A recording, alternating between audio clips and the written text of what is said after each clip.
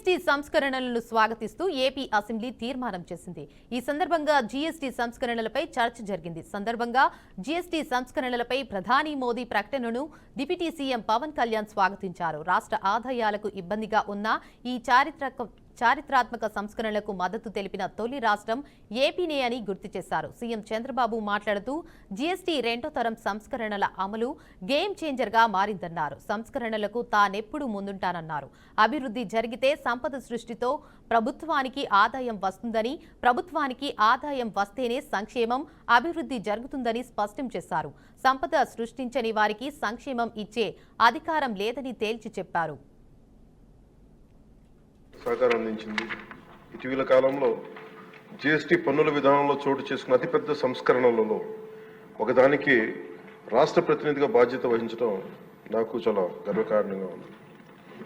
గౌరవ ప్రధానమంత్రి శ్రీ నరేంద్ర మోదీ గారు 2025 ఆగస్టు 15న 79వ స్వాతంత్ర దినోత్సవ సందర్భంగా ఎర్రకోట నుండి చేసిన జీఎస్టీ 2.0 సంస్కరణల చారిత్రాత్మక ప్రకటన దేశ ప్రగతికి బాటలు వేస్తూ ఉంది. ఈ సంస్కరణలను ముందుండి నడిపిన గౌరవ కేంద్ర ఆర్థిక మంత్రి శ్రీమతి నిర్మలా సీతారామన్ గారి కృషి ప్రత్యేకంగా అభినందనీయం.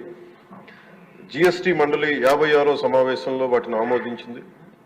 గౌరవ ముఖ్యమంత్రి శ్రీ నారా చంద్రబాబు నాయుడు గారి రాష్ట్ర ఆదాయాలకు ప్రత్యేకించి అనేక సందర్భాల్లో ముఖ్యంగా జీఎస్టీ వచ్చిన తర్వాత గౌరవ ముఖ్యమంత్రి గారు ఒక సందర్భంలో అన్న మాటలు, ఈ కార్యక్రమం ప్రధాన లక్ష్యం ప్రతి కుటుంబం జీఎస్టీ సంస్కరణల గురించి తెలుసుకుని వాటిని లాభాలు పొందాలని మనస్ఫూర్తిగా కోరుకుంటూ ఆంధ్రప్రదేశ్ ప్రభుత్వం ఈ చారిత్రాత్మక మార్గదర్శక సంస్కరణలు ఆహ్వానిస్తూ ప్రజల ఆర్థికాభివృద్ధి కోసం వాటి విజయవంతమైన అమలుకు సంపూర్ణ మద్దతు ప్రకటిస్తోంది.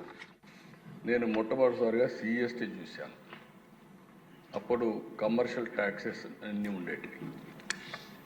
ఆ తర్వాత 94లో నేను ఫైనాన్స్ మినిస్టర్ అయినప్పుడు ఫస్ట్ టైం కొత్తగా యూరోప్ అంతా కూడా కామన్ కరెన్సీ వ్యాట్ ఒకటి వచ్చింది.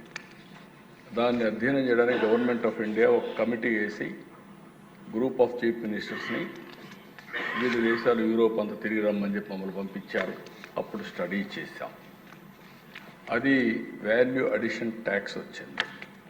ఒకప్పుడు ట్యాక్స్ ఏ విధంగా ఉండేదంటే ఒక్కోసారి వేరే రాష్ట్రాల నుంచి వస్తువులు కానీ మన ఇంపార్టెంట్ ప్లేస్కి వస్తే ఎంట్రీ ట్యాక్స్ కూడా వేసేవాళ్ళం. అది మొట్టమొదటిసారిగా ముంబైలో స్టార్ట్ అయ్యింది.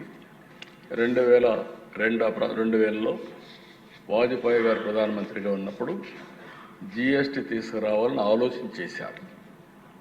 ఆ తర్వాత వచ్చిన గవర్నమెంట్ ఏం పట్టించుకోకపోతే మొట్టమొదటిసారిగా నరేంద్ర మోడీ గారు ప్రధానమంత్రి అయిన తర్వాత ఇప్పటికి కూడా జ్ఞాపకం, ఆ రోజు అరుణ్ జైట్లీ గారు ఫైనాన్స్ మినిస్టర్, ఆయన అందరితో మాట్లాడి అవసరమైతే మీకు నష్టం వస్తే నష్టం కూడా మేము భర్తీ చేస్తామని చెప్పి కన్విన్స్ చేసి మొట్టమొదటిసారిగా జీఎస్టీ తీసుకొచ్చారు.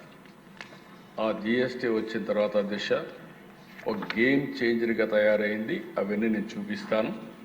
ఈరోజు నెక్స్ట్ రిఫార్మ్ జీఎస్టీ రెండో రిఫార్మ్ తీసుకొచ్చారు. ఇది మీరు ఒకసారి చూస్తే నాకు ఏమాత్రం అనుమానం లేదు. నేను ఎప్పుడు కూడా దేశ రిఫార్మ్ అంటే నేను ముందుంటాను. అది నా జీవితంలో ఇప్పుడే కాదు, మొట్టమొదటి ఒక ఆర్థిక సంస్కరణలన్నా, ట్యాక్స్ రిఫార్మ్స్ అన్నా, టెక్నాలజీ రిఫార్మ్స్ అన్నా నేను ముందుంటాను. చాలాసార్లు ఒక విషయం చెప్పాను, మనందరం గుర్తుపెట్టుకోవాల్సింది అభివృద్ధి జరిగితే సంపద సృష్టించబడుతుంది. సంపద సృష్టిస్తే ప్రభుత్వానికి ఆదాయం వస్తుంది. ఆదాయం వస్తే ఆ ఆదాయంతో సంక్షేమం మళ్ళీ అభివృద్ధి చేయడానికి అవకాశాలు వస్తాయి. మొన్న ఢిల్లీ మీటింగ్లో కూడా నేను చాలా స్పష్టంగా చెప్పాను, ఎవరైతే సంపద సృష్టించలేరో వాళ్లకు సంక్షేమం ఇచ్చే అధికారం కూడా లేదు. అప్పులు చేసి సంక్షేమ కార్యక్రమాలు ఇస్తే అది సస్టైనబుల్ కాదనేది నా ప్రగాఢమైన నమ్మకం. నా సుదీర్ఘ రాజకీయంలో ఇదే ప్రాక్టీస్ చేశాను.